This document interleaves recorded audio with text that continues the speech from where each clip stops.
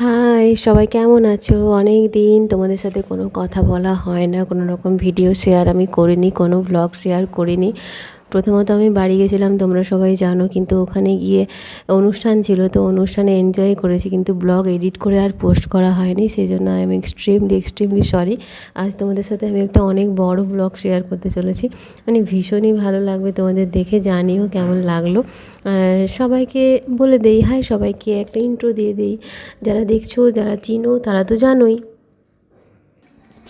যারা জানো না তাদের জন্য বলছি, হাই সবাইকে, আমি শর্মিষ্ঠা, আমি থাকি খড়গপুরে। তোমরা কে কোথা থেকে আমাকে দেখছো জানিও। এই দিন যে গ্রামে গিয়েছিলাম তোমাদেরকে তো বলেইছি।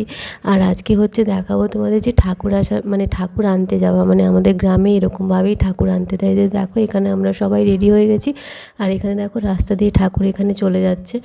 আর মানে সেই বাজনা করা হয় না, মানে বাজনা থাকে না, আর দেখবে গ্রামের দিকে এই ছোটো ছোটো আনন্দগুলোকে ভীষণভাবে মানে এনজয় করে সবাই আর কি। তো মানে প্রচণ্ড নাচে সবাই, তো তোমরা সবাই সব কিছু ব্লগের মধ্যে দেখতেই পারবে, তো স্টে টিউন। আর তোমরা জানিও আমাদের ব্লগ, মানে আমার ব্লগ তোমাদের কেমন লাগে। যদি ভালো লাগে অবশ্যই একটা লাইক শেয়ার কমেন্ট করে যেও। আর যদি ভালো লাগে মানে কি বলবো, পাশে থেকো অবভিয়াসলি আর কি।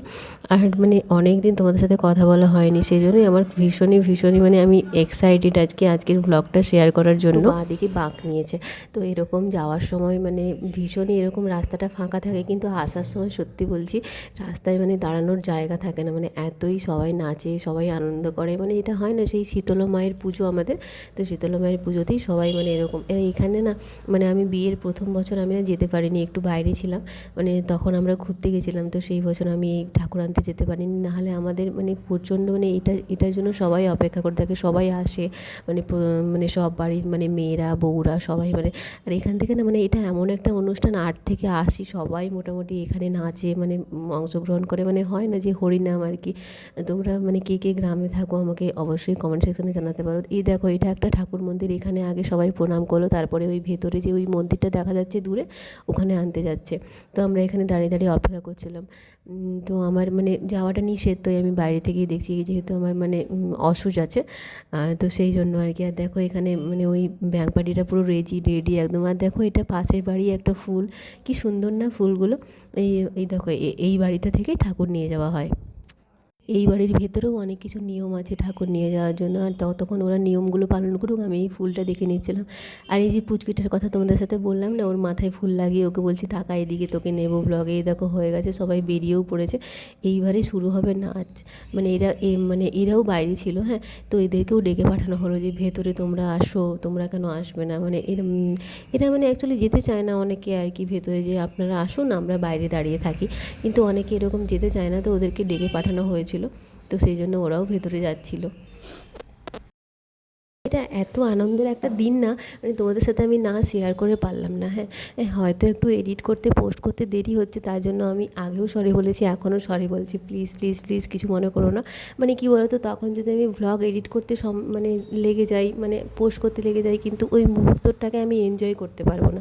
সেই জন্য আমি এনজয় আগে করেছি, পরে তোমাদের সাথে শেয়ার করছি, তাই না? আর দেখো ঠাকুর নিয়ে যাওয়ার সময় এরকম গোটা রাস্তা জল ছিটিয়ে যাবে, এই দেখো পালকির মধ্যে নিয়ে যাওয়া হয়। হ্যাঁ, মানে ভীষণই মানে আমি বেশি কাছ থেকে তোমাদের দেখাতে পারছি না, কেন কি আমি অসুচ আছে আমার। আর এই দেখো বাতাসা ছড়াবে, কি সুন্দর, মানে বাতাসা ছড়ানো মানে সবাই এই বাতাসাকে কুড়োনোর জন্য মানে দূর থেকে পুরো ছুটে আসবে। দাঁড়াও সেটাও তোমাদের সাথে আমি শেয়ার করব। আর আগে না মানে মারুতি করে নিয়ে যাওয়া হতো, এখন মানে পালকি করা হয়েছে এই বছর, এটাই নতুন আর কি। তো তোমরা জানিও কেমন লাগলো আমার ভিডিওটা, সবাই কেমন করে করছে। অনেকজন মানসিক থাকে না, মানে মানত থাকে না, যেটাকে মানসিক বলি আমরা গ্রামের ভাষায়। তো অনেকের মানত থাকে যে আমার মা আমার এটা পূরণ হয়ে গেলে আমি এটা দেবো, আমার এটা পূরণ হয়ে গেলে আমি এটা দেবো। যদিও এটাকে ঠাকুরের সাথে সদা করা, আমার যেটা মনে হয় যে ঠাকুরের সাথে একটু ডিল করা, যে আমার এটা হয়ে গেলে আমি এটা দেবো, কিন্তু ডিল না করে কখনো ঠাকুরের কাছে চেয়ে দেখো, ঠাকুর অবশ্যই দিয়ে দেবে, আমি তো এটাতেই বিশ্বাসী।